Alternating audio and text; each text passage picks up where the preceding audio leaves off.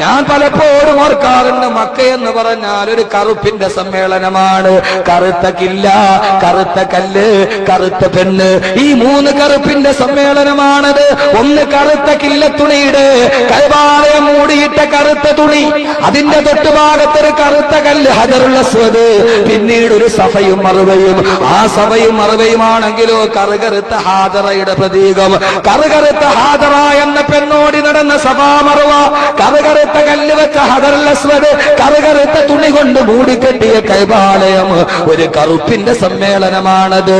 ഒരാൾക്ക് കറുപ്പ് കണ്ടു കഴിഞ്ഞാൽ പിന്നെ രണ്ടാമത് നോക്കാൻ ഇഷ്ടമില്ല. വെളുപ്പ് കണ്ടാലാണ് വീണ്ടും വീണ്ടും നോക്കാൻ ഇഷ്ടം. കറുത്തത് കണ്ടാൽ പിന്നെ നോക്കാൻ തോന്നുമോ?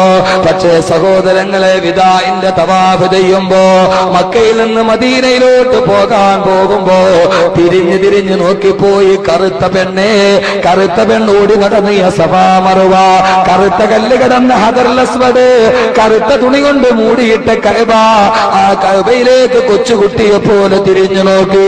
ഉമ്മയുടെ മാറിടത്തിൽ നിന്ന് വിട്ടുപോകുന്ന കൊച്ചുകുഞ്ഞിനെ പോലെ മക്കയോട് സലാം പറയുമ്പോ മദീനയിലോട്ട് നടന്നു പോകുമ്പോ, കറുത്ത കഅബയെ നീ ഇങ്ങനെ ആകർഷിക്കുന്നു.